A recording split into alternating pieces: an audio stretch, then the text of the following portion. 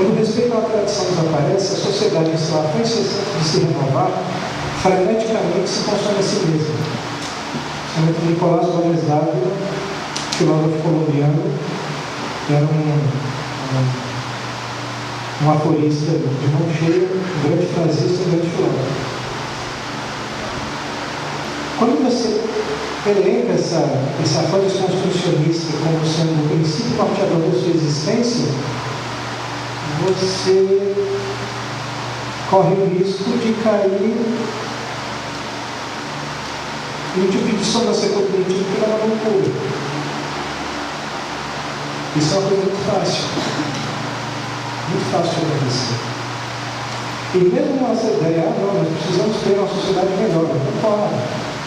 Nós precisamos ter, existem problemas sociais e culturais que precisam ser enfrentados, não concordo.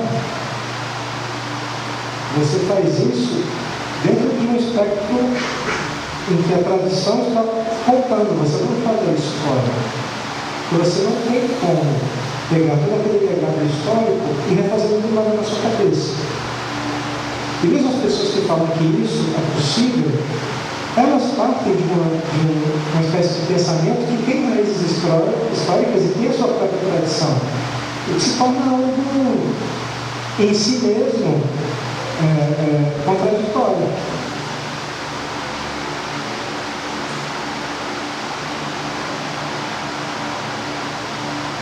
Deixa eu passar aqui.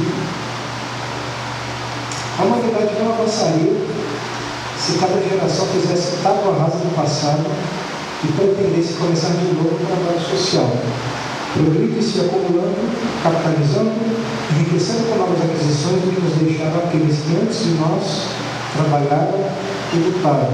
Palavras em espanhol, Salvador Miguel.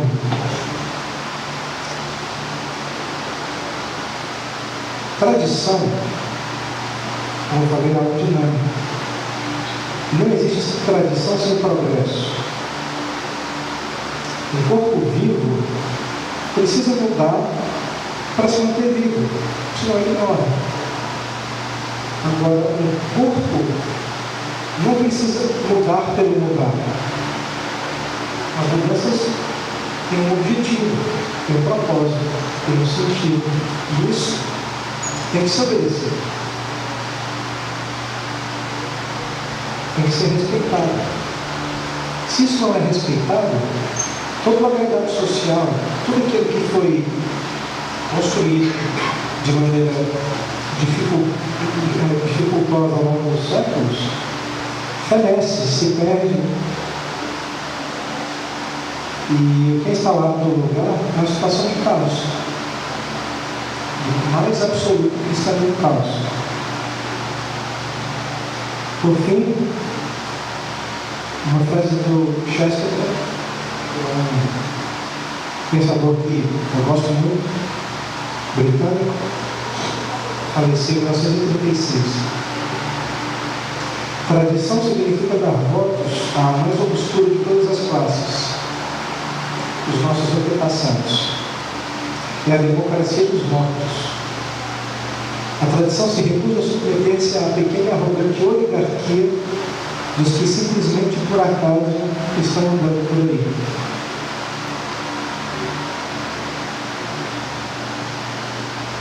Muitas pessoas vieram antes de nós que deram seu sangue, seu suor, suas lágrimas, para que nós gozássemos dos benefícios da civilização hoje, dos benefícios da cultura, dos benefícios da nossa organização política, social.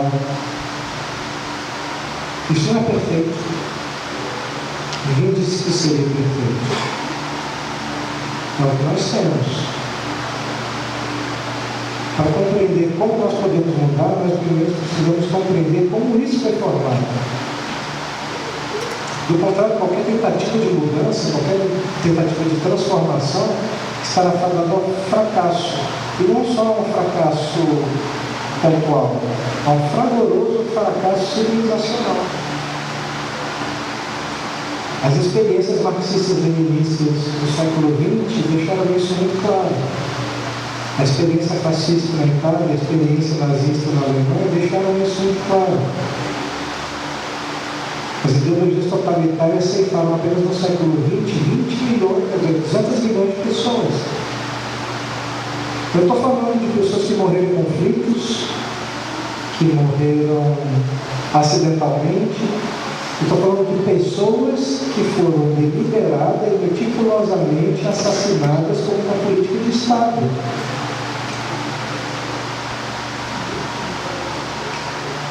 Matou-se tanto no século XX por questões ideológicas que o número de mortos é superior a todos os outros 19 séculos precedentes. Isso é muito preocupante.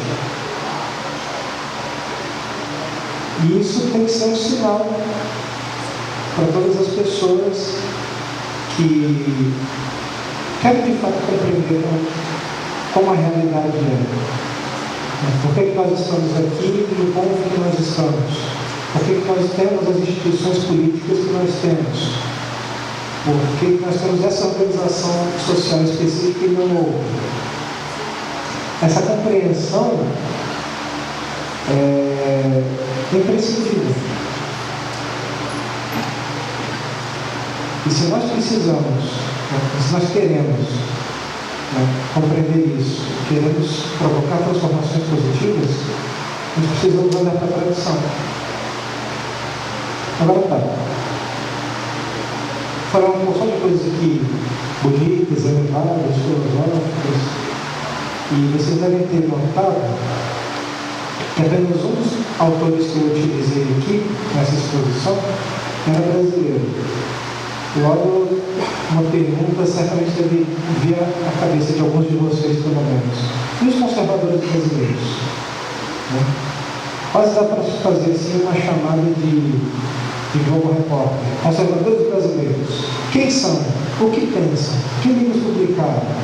Uma coisa mais ou menos assim. Eu aposto que, por exemplo, o próprio José Pedro Galvão de Souza, nenhum de vocês aqui já ouviu falar antes. Quem já ouviu falar dele, levanta a mão. 1, 2, 3. João Camilo de Oliveira Torres. Tudo bem. Jackson de Figueiredo. Lídia Correia de Oliveira. Tem alguns mais. Gustavo Corsão. Nós temos uma tradição de autores conservadores que vai desde antes da formação do Brasil como Estado independente até os dias de hoje. Autores que muito dificilmente vocês chegarão a ouvir falar na universidade, como Bernardo Pereira de Vasconcelos, o Visconde do Uruguai, o Conde de Afonso Celso, Visconde do Ouro Preto. São autores que não são estudados aqui. Nós não conhecemos a nossa história. Nós não conhecemos direito como foi dada a nossa formação. Tudo isso é necessário para que a gente compreenda quem nós somos, o que é o brasileiro, o que é o Brasil. E o pensamento conservador, os autores conservadores brasileiros se dedicaram com profundidade a pensar isso, a trazer essas questões, essas problemáticas para o contexto nacional. E é preciso que a gente não caia no vício daquilo que o Oliveira Viana chamava de marginalização das elites, de simplesmente consumir teorias e fundamentações ideológicas de fora do Brasil e aplicá-las tal qual foram escritas aqui. Nós precisamos conhecer o que nós produzimos, nós precisamos conhecer aquilo que nós fizemos, que nós pensamos. Senão nós vamos continuar sendo uma nação perdida. Uma nação completamente perdida. Basicamente é isso que eu tinha para falar. Muito obrigado.